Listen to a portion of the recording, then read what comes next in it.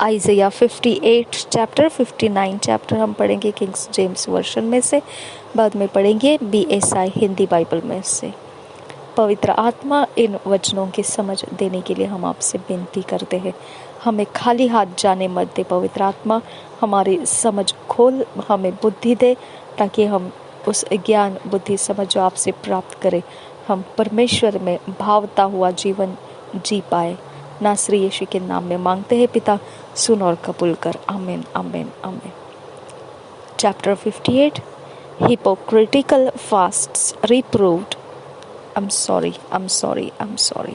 59 60 chapter 59 और 60 पढ़ना है आज। चैप्टर 59 एंड 60 59 और 60 59 अध्याय और 60 अध्याय हम पढ़ेंगे। हिंदी में बाद में पढ़ेंगे BSI बाइबल में से, अभी हम पढ़ रहे हैं किंग्स जेम्स वर्शन में से। The Jews, chapter 59, the Jews since the cause of their calamities, salvation only of God, the covenant of the Redeemer. First verse say, behold, the Lord's hand is not shortened that it cannot save, neither his ear heavy that it cannot hear. But your iniquities have separated between you and your God, and your sins have hid his face from you, that he will not hear. For your hands are defiled with blood, and your fingers with iniquity. Your lips have spoken lies, your tongue hath muttered perverseness. None calleth for justice, nor any pleadeth for truth. They trust in vanity and speak lies. They conceive mischief and bring forth iniquity. देखिए, ये वचन अभी हमने थिस्सलुनीकियों में पहला ही वचन जब निकला था पढ़ने के लिए, तभी हमने जो समझाया आपको, हाँ, जिसके सुनने के कान हो वो सुने, जिसके देखने के आंखें हो वो देखे और बूझे। ओके, तो ये वचन के आधार से मैंने क्या बताया, जो लोग हमारे प्रचार का विरोध करते हैं, आवाज़ का विरोध करते हैं, तो उन लोगों के लिए क्या आ जाता है कि वो वचन को तुच्छ जान रहे हैं और वचन की सेवा का लोगों में लाभ फैलना नहीं देना चाहते हैं। ओके, ठीक है, ये आपकी तमन्ना है। ओके, लेकिन परमेश्वर का इसके अंदर से मतलब क्या निकलता है कि वो आपको नाश होने के लिए छोड़ दिया है। ओके, तो उन लोगों का जो विरोध करते हैं उनके बारे में ये वर्णन है। देखिए क्या लिखा है, बट दूसरे वचन से देखो, वो उनके बारे में परमेश्वर कहता है कि क्या तुमको लगता है मेरा हाथ तुमको बचा नहीं सकता है? क्या तुमको लगता है मेरे लिए बहुत मुश्किल है तुमको मना लेना? ऐसा कह रहा है वो। ओके, परमेश्वर कह रहा है क्या मेरे लिए ये कठिन बात है कि तुम्हारे मन को मेरी ओर फेर लूं? ओके, लेकिन सेकेंड वर्स से देखिए क्या कह रहा है, But your iniquities have separated between you and your God, and your sins have hid his face from you, that he will not hear. For your hands are defiled with blood, and your fingers with iniquity. Your lips have spoken lies, your tongue hath muttered perverseness. None calleth for justice, nor any pleadeth for truth. They trust in vanity and speak lies. They conceive mischief and bring forth iniquity. They hatch cockatrice eggs and weave the spider's web. He that eateth of their eggs dieth, and that which is crushed breaketh out into a viper. Their webs shall not become garments, neither shall they cover themselves with their works. Their works are works of iniquity, and the act of violence is in their hands. Their feet run to evil, and they make haste to shed innocent blood. Their thoughts are thoughts of iniquity, wasting and destruction are in their paths. The way of peace they know not, and there is no judgment in their goings. they have made them crooked paths. Whosoever goeth therein shall not know peace. Therefore is judgment far from us, neither doth justice overtake us. We wait for light, but behold, obscurity; for brightness, but he walk in darkness. We grope for the wall like the blind, and we grope as if we had no eyes. We stumble at noonday as in the night. We are in desolate places as dead men. We roar all like bears and mourn sore like doves. We look for judgment, but there is none, for salvation, but it is far off from us.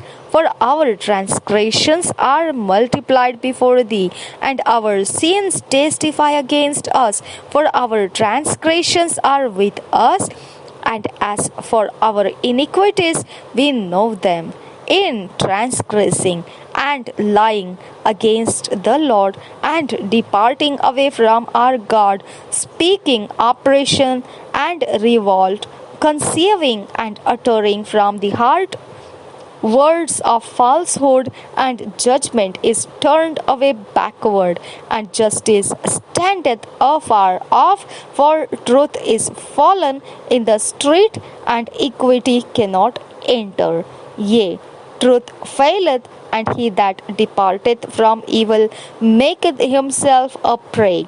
And the Lord saw it, and it displeased him there was no judgment, and he saw that there was no man, and wondered that there was no intercessor. देखिए 16 वचन क्या कहता है, परमेश्वर कहता है ठीक है, 2 वचन से लेकर 15 वचन तक वो कहता है ठीक है कि वचन का विरोध किया जा रहा है, लेकिन दुख मुझे इस बात का है कि उन लोगों के लिए कोई मुझसे ये नहीं कह रहा है कि परमेश्वर तो उनको बचा ले। हालेलुया। विरोध करने वालों का अर्थ क्या बनता है? परमेश्वर ने ठान लिया है कि उनका नाश हो जाए। आमीन। लेकिन परमेश्वर कहता है दुख मुझे इस बात का है, वो विरोध कर रहे हैं, वो पाप कर रहे हैं, वो अधर्म कर रहे हैं, वो गंदे काम कर रहे हैं, इससे मुझे दुख नहीं है। मुझे दुख इस बात का है कि कोई मसीह उस जगह में नहीं कि कोई मेरे पास विनती कर सके कि ये लोगों को बचाने का रास्ता खोल दे। हालेलुया। वो कहता है अगर किसी ने प्रार्थना किया होता मुझसे तो मैंने उनको समझ दिया होता, उनका विरोध शांत कर दिया होता और उनको बचा लिया होता। हालेलुया। उनको पानी का डुबकी लगाकर पिता पुत्र पवित्र आत्मा के नाम से बपतिस्मा दिया होता, पवित्र आत्मा से भर दिया होता और मेरे आज्ञा पालन उनको चला लिया होता और वो यीशु के आगमन में उठा लिए जाते थे। लेकिन कोई वहाँ पर ऐसा नहीं मिला मुझे जो मुझसे ये बातें मांग सके। हालेलुया। इसके लिए हम परमेश्वर के सामने समय बिताते हैं। हालेलुया। क्योंकि परमेश्वर को चाहिए कि लोगों को बचाने के लिए कोई तो मुझे मांगे। हालेलुया। तो ये एक सीक्रेट आपको समझना है। मसीहों के बारे में परमेश्वर दुख करता है जब वो लोगों के लिए मध्यस्थी नहीं करते हैं। Therefore his arm brought salvation unto him, and his righteousness it sustained him। यही कारण है फिर परमेश्वर खुद अपनी ओर से रास्ते बनाता है और यीशु मसीह वो रास्ता होकर हमारे लिए दे दिया गया। इसके लिए हम क्या बोलते हैं? जगत से परमेश्वर ने ऐसा प्रेम किया, क्योंकि जगत में कोई भी ऐसा नहीं था जो परमेश्वर को ये कहे कि परमेश्वर तो हम जैसा हमको बचाया है वैसा ही तो इन लोगों को भी बचा। ओके कोई ना कोई बाधाएं, कोई ना कोई अड़चन, कोई ना कोई मन की कड़वाहट उनको रोक देती है ना। तो इसके लिए परमेश्वर कहता है किसी के पास ऐसा मन नहीं है कि वो लोगों को बचाना चाहे। ओके तो अब इसके लिए यीशु मसीह को मैं भेज रहा हूँ। तो उसको परमेश्वर बोलता है, ये वचन हिंदी में हम देखेंगे बाद में, 16 वचन। ओके वो कहता है ये मेरा हाथ है जो मैं आप लोगों के बीच में रिलीज कर रहा हूँ। ओके और वो ही अब धार्मिकता को बनाए रखेगा मनुष्यों के बीच में। हालेलुया। तो हम इसके लिए मसीह यीशु हमारे अंदर है, तो कौन है हमारे अंदर से? परमेश्वर का प्रेम लोगों तक जाता है। हालेलुया। तो हम परमेश्वर का प्रेम लोगों तक जाने का रास्ता बन गए हैं। ये परमेश्वर है जो आपको वचन ऊंची आवाज में सुनाता है। ये परमेश्वर है जो आपको परमेश्वर के सामने परमेश्वर चाहता है वैसा जीवन जीने के तरीके सीखने का अवसर दे रहा है। ओके, ये परमेश्वर है जो चाहता है कि आप पानी का बपतिस्मा लें, डुबकी लगाकर पिता पुत्र पवित्र आत्मा के नाम से। ये परमेश्वर है। जो भी हम कर रहे हैं, क्यों कर रहे हैं? क्योंकि ये परमेश्वर है जो आपका पीछा कर रहा है। हालेलुया। ये हम नहीं है, ये परमेश्वर आप लोगों का मन बदलना चाहता है। ठीक है, अब आप विरोध किसको कर रहे हैं? हमको नहीं, आप परमेश्वर को कह रहे नहीं, मुझे तो माननी नहीं है आपकी, जाइए, मुझे तो नहीं चाहिए आप। ओके, तो आप किसको विरोध कर रहे? हमको कर रहे नहीं। हमारा कुछ नुकसान होगा? नहीं, आप ही का होगा। ये कौन है? परमेश्वर से आप कर रहे जो भी कर रहे हैं, हमारे साथ नहीं कर रहे हैं। हालेलुया। आप परमेश्वर को छेड़ते हैं, परमेश्वर को दुख देते हैं, परमेश्वर का विरोध करते हैं। ओके, और क्यों करते हैं ऐसा? ये 2 वचन से लेके आपको 15 वचन तक सीखने को मिलेगा ये क्यों होता है ऐसा। आगे पढ़ेंगे 17 वचन से 17 वर्स से। For he put not on righteousness a breastplate and an helmet of salvation upon his head, and he put on the garments of vengeance for clothing, and was clad with zeal as a cloak. According to their deeds, accordingly he will repay. Fury to his adversaries, recompense to his enemies. To the islands he will repay recompense.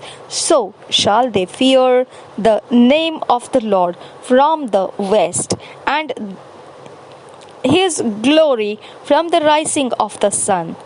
When the enemy shall come in like a flood, the Spirit of the Lord shall lift up a standard against him. And the Redeemer shall come to Zion, and unto them that turn from transgression in Jacob, saith the Lord. As for me, this is my covenant with them, saith the Lord. My spirit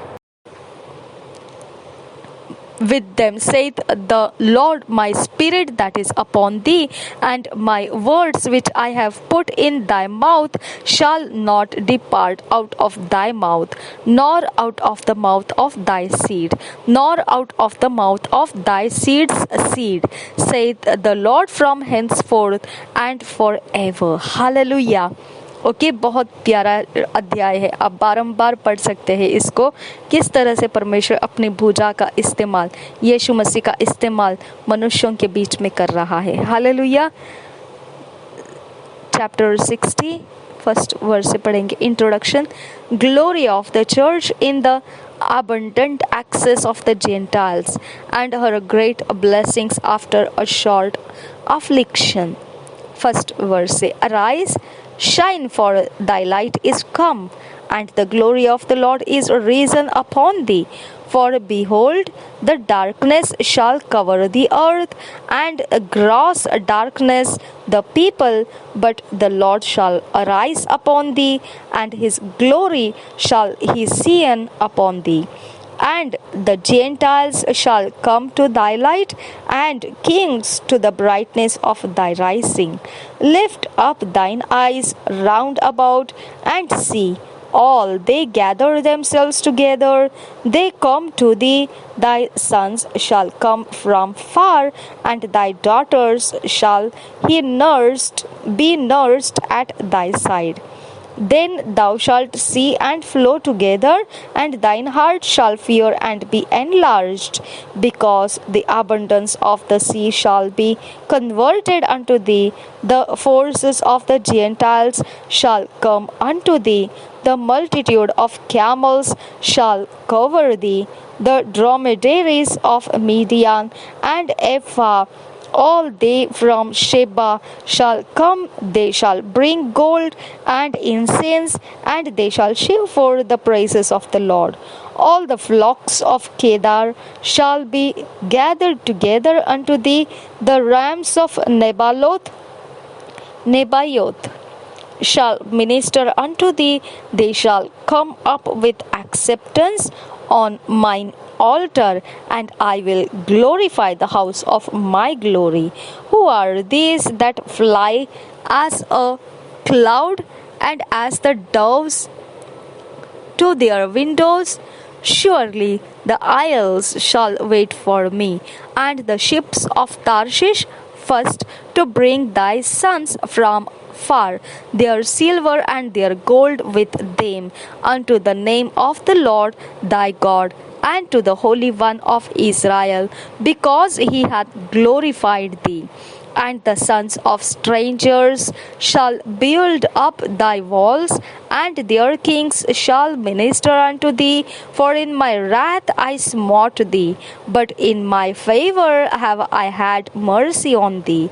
Therefore thy gates shall be open continually, they shall not be shut day nor night, that men may bring unto thee the forces of the Gentiles, and that their kings may be brought. For the nation and kingdom that will not serve thee shall perish, yea, those nations shall be utterly wasted. The glory of Lebanon shall come unto thee, the fir tree, the pine tree, and the box together, to beautify the place of my sanctuary, and I will make the place of my feet glorious. The sons also of them that afflicted thee shall come bending unto thee, and all they that despised thee shall bow themselves down at the soles of thy feet, and they shall call thee the city of the Lord, the Zion of the Holy One of Israel. Whereas thou hast been forsaken and hated, so that no man went through thee, I will make thee an eternal excellency, a joy of many generations. Thou shalt also suck the milk of the Gentiles, and shalt suck the breast of kings. And thou shalt know that I, the Lord, am thy Saviour, and thy Redeemer, the mighty one of Jacob. For brass I will bring gold, and for iron I will bring silver, and for wood brass, and for stones iron. I will also make thy officers peace, and thine exactors righteousness. Violence shall no more be heard in thy land, wasting nor destruction within thy borders, but thou shalt call thy walls salvation, and thy gates praise. Hallelujah. ये परमेश्वर ने धर्मियों के लिए दिया गया वचन है। ये सब 60 अध्याय और 59 अध्याय बहुत ज़बरदस्त हृदय को रिवाइव कर देता है परमेश्वर की आवाज़ सुनने से। 19 वचन से आगे पढ़ेंगे। The sun shall be no more thy light by day, neither for brightness shall the moon give light unto thee, but the Lord shall be unto thee an everlasting light, and thy God thy glory. Thy sun shall no more go down, neither shall thy moon withdraw itself. For the Lord shall be thine everlasting light, and the days of thy mourning shall be ended. Hallelujah. Thy people also shall be all righteous. They shall inherit the land forever. The branch of my planting, the work of my hands, that I may be glorified. A little one shall become 1,000, and a small one a strong nation. I, the Lord, will hasten it in his time. अब हम देखेंगे हिंदी में यशायाह 59 और 60 अध्याय। अब मज़ा आएगा। जब हिंदी में पढ़ते हैं तो आप बहुत अच्छे से समझ पाते हैं, अगर इंग्लिश में है तो इंग्लिश में जो समझ पाता है वो मज़े लेता है। आमीन। ठीक है, हम देखेंगे 59 और 60 अध्याय। 59 अध्याय पढ़ेंगे। पहले BSI बाइबल से पढ़ रहे। लोगों के पापों की नबी द्वारा भर्त्सना।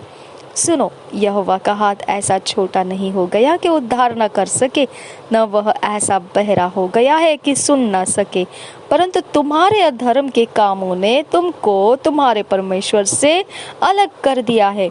और तुम्हारे पापों के कारण उसका मुंह तुमसे ऐसा छिपा है कि वह नहीं सुनता, क्योंकि तुम्हारे हाथ हत्या से और तुम्हारी अंगुलियां अधर्म के कर्मों से अपवित्र हो गई है। तुम्हारे मुंह से तो झूठ और तुम्हारी जीभ से कुटिल बातें निकलती है। कोई धर्म के साथ नालिश नहीं करता, न कोई सच्चाई से मुकद्दमा लड़ता है। वे मिथ्या पर भरोसा रखते हैं और झूठी बातें बकते हैं। उसको मानो उत्पात का गर्भ रहता और वे अनर्थ को जन्म देते हैं। वे संपिल के अंडे सेते और मकड़ी के जाले बनाते हैं। जो कोई उनके अंडे खाता वह मर जाता है, और जब कोई एक को फोड़ता तब उसमें से सपोला निकलता है। उनके जाले कपड़े का काम न देंगे, न वे अपने कामों से अपने को ढांप सकेंगे, क्योंकि उनके काम अनर्थ ही के होते हैं और उनके हाथों से उपद्रव का काम होता है। वे बुराई करने को दौड़ते हैं और निर्दोष की हत्या करने को तत्पर रहते हैं। उनकी युक्तियां व्यर्थ है, उजाड़ और विनाश ही उनके मार्गों में है। हालेलुया। यह सब उनके लिए है जो परमेश्वर के वचन को विरोध कर रहे हैं। हालेलुया। शांति का मार्ग वे जानते ही नहीं, और न उनके व्यवहार में न्याय है। उनके पथ टेढ़े हैं, जो कोई उन पर चले वह शांति न पाएगा। हालेलुया। जो भी उनकी सलाह मानता होगा, हाँ, अगर कोई भी उनके हाँ में हाँ मिलाकर दुष्टता करने में मंजूर हो रहा होगा तो उनके अंदर शांति नहीं पाएगा वो। हालेलुया। पापों से पश्चाताप, 9 वचन से आगे। इस कारण न्याय हमसे दूर है और धर्म हमारे समीप ही नहीं आता। हम उजियाले की बाट तो जोहते हैं, परंतु देखो अंधियारा ही बना रहता है। हम प्रकाश की आशा तो लगाए हैं, परंतु घोर अंधकार ही में चलते हैं। आप बोलते हैं ना कि मेरा परिस्थिति बदलना चाहिए, लेकिन बहुत समय हो गया, बदल नहीं रहा है। ये जो आप बोलते हैं ना, तो वहाँ पे आपका एक एरिया ऑफ लाइफ आपने ठीक करना है। ओके, न्याय आपसे दूर है, तो परमेश्वर से कहना है, परमेश्वर न्याय को नज़दीक लेकर आ। ओके, धर्म हमारे समीप लेकर आ। ओके, उजियाला हमारी बाट जोहने में हमें प्राप्त हो जाए, अंधियारा हमारे अंदर बनाना रहे। ओके, और हमारी आशा जो उजियाले की है, प्रकाश की है, वो पूरी हो जाए। ठीक है, इस प्रकार से आपने इस प्रार्थना को करना है। परंतु घोर अंधकार ही में चलते हैं, हम अंधों के समान दीवार टटोलते हैं।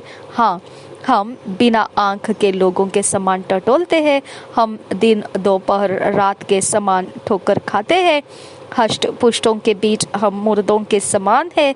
हम सबके सब रीछों के समान चिल्लाते हैं और पंडुकों के समान च्यूं च्यूं करते हैं। हम न्याय की बाट तो जोहते हैं, पर वह कहीं नहीं, और उद्धार की बाट जोहते हैं, पर वह हमसे दूर ही रहता है। क्योंकि हमारे अपराध तेरे सामने बहुत हुए हैं, हमारे पाप हमारे विरुद्ध साक्षी दे रहे हैं। हमारे अपराध हमारे संग है, और हम अपने अधर्म के काम जानते हैं। हमने यहोवा का अपराध किया है, हम उससे मुकर गए और अपने परमेश्वर के पीछे चलना छोड़ दिया। हम अंधेर करने लगे और उलट फेर की बातें कही। हमने झूठी बातें मन में गढ़ी और कही भी। न्याय पीछे हटाया गया और धर्म दूर खड़ा रह गया। सच्चाई बाजार में गिर पड़ी और सिधाई प्रवेश नहीं करने पाती। हाँ, सच्चाई खो गई और जो बुराई से भागता है वह शिकार हो जाता है। परमेश्वर छुटकारा देने को तैयार। यह देखकर यहोवा ने बुरा माना, क्योंकि न्याय जाता रहा। उसने देखा कि कोई भी पुरुष नहीं, और इससे अचंभा किया कि कोई विनती करने वाला नहीं। तब उसने अपने ही भुज बल से उद्धार किया, और अपने धर्मी होने के कारण वह संभल गया। उसने धर्म को झिलम के समान पहन लिया, और उसके सिर पर उद्धार का टोप रखा गया। उसने बदला लेने का वस्त्र धारण किया, और जलजलाहट को बागे के समान पहन लिया है। उनके कर्मों के अनुसार वह उनको फल देगा। अपने द्रोहियों पर वह अपना क्रोध भड़काएगा और अपने शत्रुओं को उनकी कमाई देगा। वह द्वीप वासियों को भी उनकी कमाई भर देगा। तब पश्चिम की ओर लोग यहोवा के नाम का और पूर्व की ओर उसकी महिमा का भय मानेंगे, क्योंकि जब शत्रु महानाद के समान चढ़ाई करेंगे तब यहोवा का आत्मा उसके विरुद्ध झंडा खड़ा करेगा। हालेलुया। याकूब में जो अपराध से मन फिराते हैं उनके लिए सियोन में एक छुड़ाने वाला आएगा। यहोवा की यही वाणी है। यहोवा यह कहता है, जो वाचा मैंने उनसे बांधी है वह यह है कि मेरा आत्मा तुझ पर ठहरा है और अपने वचन जो मैंने तेरे मुंह में डाले हैं अब से लेकर सर्वदा तक वे तेरे मुंह से और तेरे पुत्र और पोतों के मुंह से भी कभी ना हटेंगे। हालेलुया। देखिए, मसीह जीवन छुपा छुपी वाला जीवन नहीं है। वो ऐसा जीवन है, अगर आप सच में मसीह के पीछे है तो वो बंद कमरे में नहीं रह सकता है, वो बंद डिब्बे में नहीं रह सकता है, वो बंद गड्ढे में नहीं रह सकता है, वो बंद दीवारों के बीच में नहीं रह सकता है। वो खुल जाता है और वो परमेश्वर के सारे कामों को अपने अंदर से उंडेलता रहता है, उमड़ कर बहता रहता है। हालेलुया। तो आपने ये वचनों को बहुत अच्छे से समझना है। क्या लिखा है? मेरा आत्मा तुझ पर ठहरा है और अपने वचन जो मैंने तेरे मुंह में डाले हैं अब से लेकर सर्वदा तक वे तेरे मुंह से और तेरे पुत्रों और पोतों के मुंह से भी कभी ना हटेंगे। हालेलुया। तो इतना बड़ा परमेश्वर जिम्मेदारी उठाता है कि हमारे जो वाचा हम परमेश्वर की प्राप्त किए हैं, नया वाचा जिसे कहा जाता है, हम देखेंगे तो परमेश्वर कहता है कि आपके अभी अंदर से ये निश्चित कॉन्फिडेंस आ जाएगा कि अब मैं तो बचाया गया हूँ, मेरे पुत्र भी और मेरे पोते भी परमेश्वर के आज्ञा पालन में आएंगे। आमीन। ये आशा परमेश्वर टूटने नहीं देता है। यरूशलेम का महिमामय भविष्य 60 अध्याय पहले वचन से, उठ प्रकाशमान हो क्योंकि तेरा प्रकाश आ गया है, यहोवा का तेज तेरे ऊपर उदय हुआ है। देख, पृथ्वी पर तो अंधियारा और राज्य के लोगों पर घोर अंधकार छाया हुआ है, परंतु तेरे ऊपर यहोवा उदय होगा और उसका तेज तुझ पर प्रकट होगा। हालेलुया। ये सीक्रेट एरिया आपको ध्यान रखना है मसीही जीवन में। ये गुप्त जगह है जिसके अंदर आप जो है वो आप उमड़ कर जब जीवन जीने लगते हैं तो दिखाई देने लगता है कि आपके अंदर क्या है।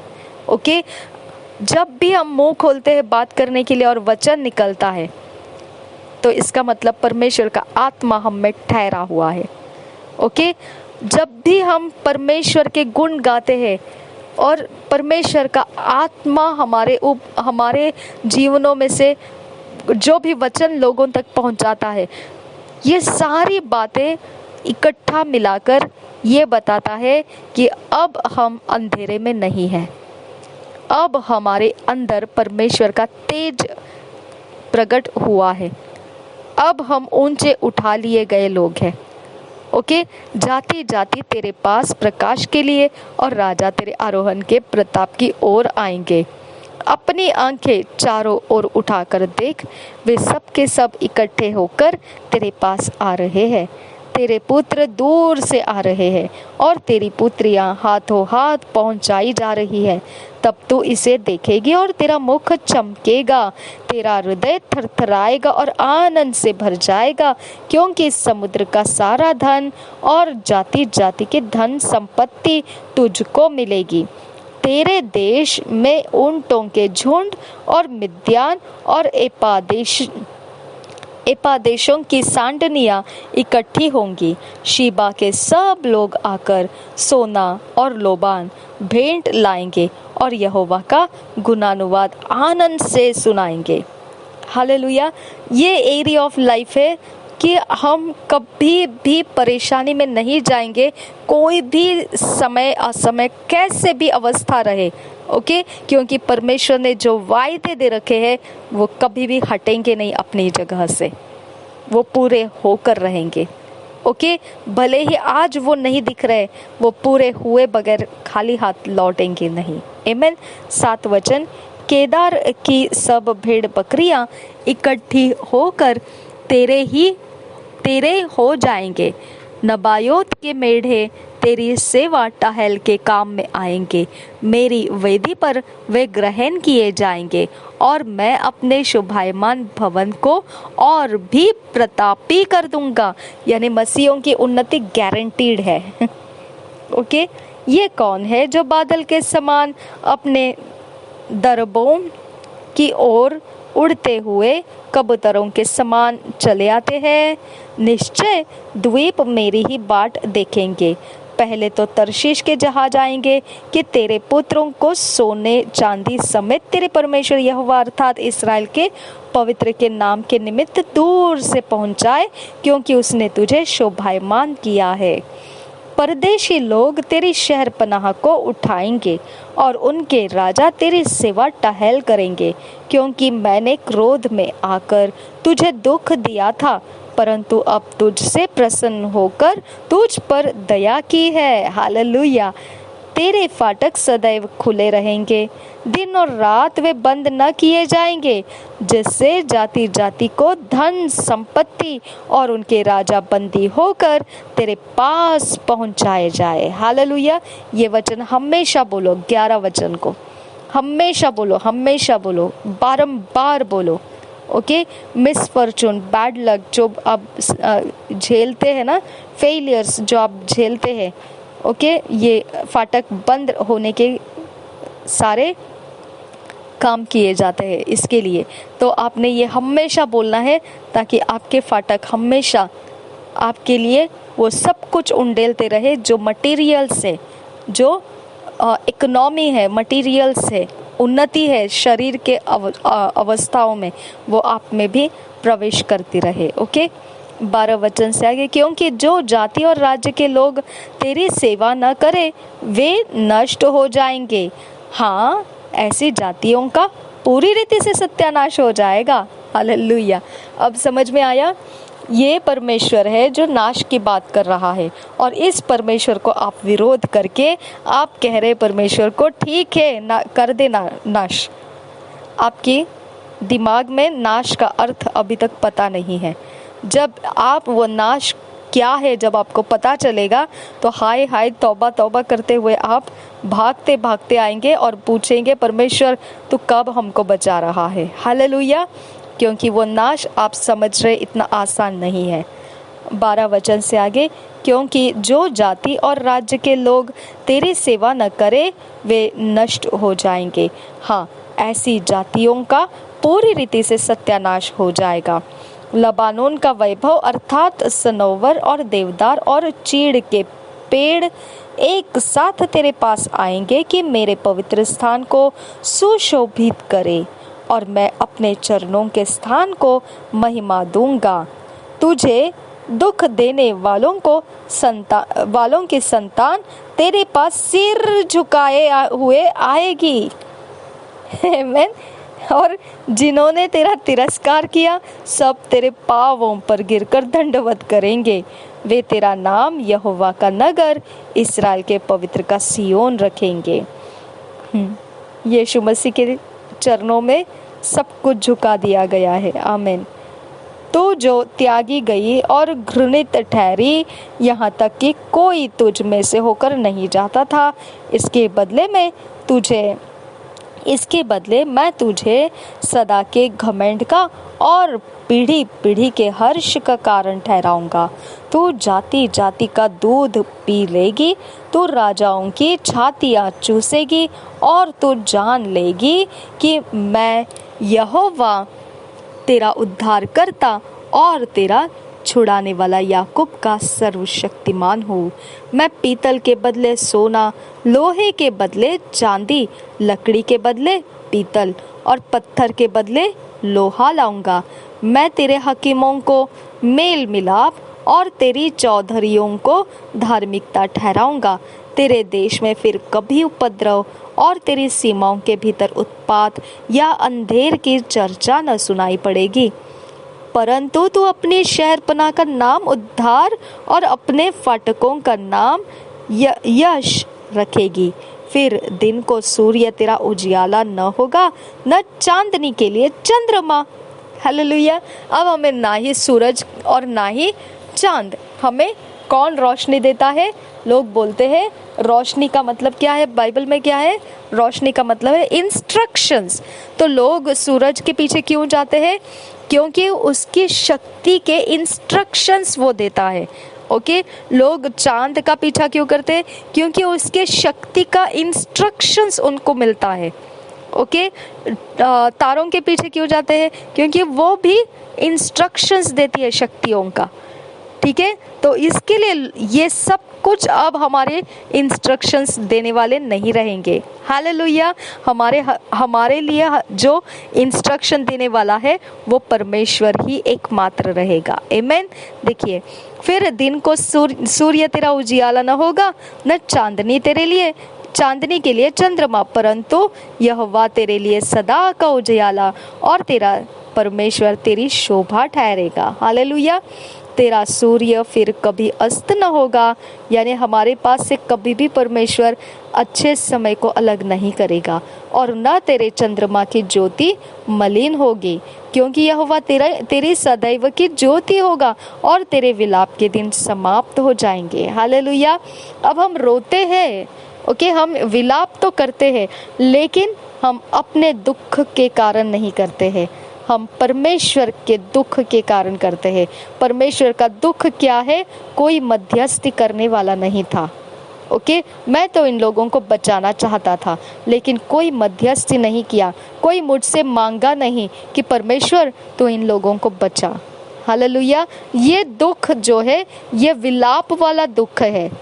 ओके, ये हंसते मजाक करते हुए नहीं है, ये रोने वाली बातें हैं कि पिता क्या कारण है कि ये लोग प्रभु में नहीं आ रहे। ओके, ये ऐसा है कि जैसा एक इंसान को पता है कि ये मरने वाला है और परमेश्वर उसे बचा नहीं रहा है। ठीक है, तो मरना मतलब आपको पता है, आप फिर क्या करते हैं? आपको पता है, जब डॉक्टर्स बोल देते हैं कि बस इसके कुछ घंटे बाकी है, तो आप क्या करते हैं? आप रोते हैं, है ना? आप विलाप करते हैं, आप रिश्तेदारों को बुलाते हैं, आप सबको बोलते हैं आओ मिलकर जाओ, क्योंकि ये नाश होने वाला है, अभी खत्म होने वाला है। आमीन। तो ये क्या है? ये विलाप का मतलब आप उत्पन्न करते अपनी भावनाओं में से, आप विलाप को लेकर आते हैं सामने।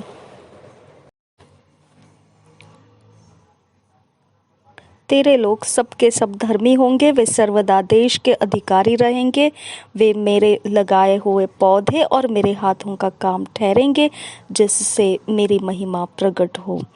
छोटे से छोटा 1000 हो जाएगा और सबसे दुर्बल एक सामर्थी जाति बन जाएगा।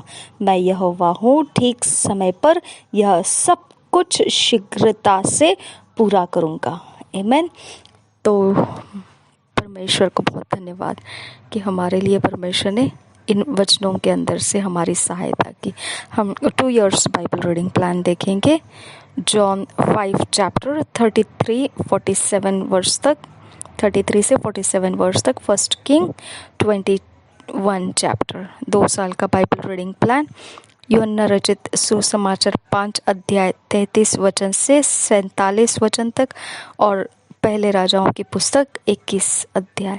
हम अकेले में बैठकर अपने व्यक्तिगत समय में इसे पढ़ना है, और इसके अनुसार परमेश्वर का आत्मा हमें समझ देगा। यहाँ पे क्या लिखा था देखा ना आपने, कि लास्ट वचन जो हमने पढ़ा कि मैं यहोवा हूँ, ठीक समय पर यह सब कुछ शीघ्रता से पूरा करूँगा।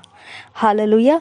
तो हमें कभी न बुझने वाला इंस्ट्रक्शंस परमेश्वर वचनों में से देता है, और जितना दुर्बल भी होगा वो सामर्थी जाति बन जाएगा।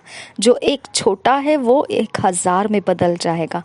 कितना कुछ चेंजेस परमेश्वर प्रॉमिस कर रखा है। ओके, धर्मी होंगे, ओके, सर्वदा देश के अधिकारी रहेंगे, और मेरे लगाए हुए पौधे और मेरे हाथों का काम ठहरेंगे, जिससे मेरी महिमा प्रकट हो। तो आप ये सारे बातों को परमेश्वर कहता ठीक समय पर, यह सब कुछ शीघ्रता से पूरा करूंगा।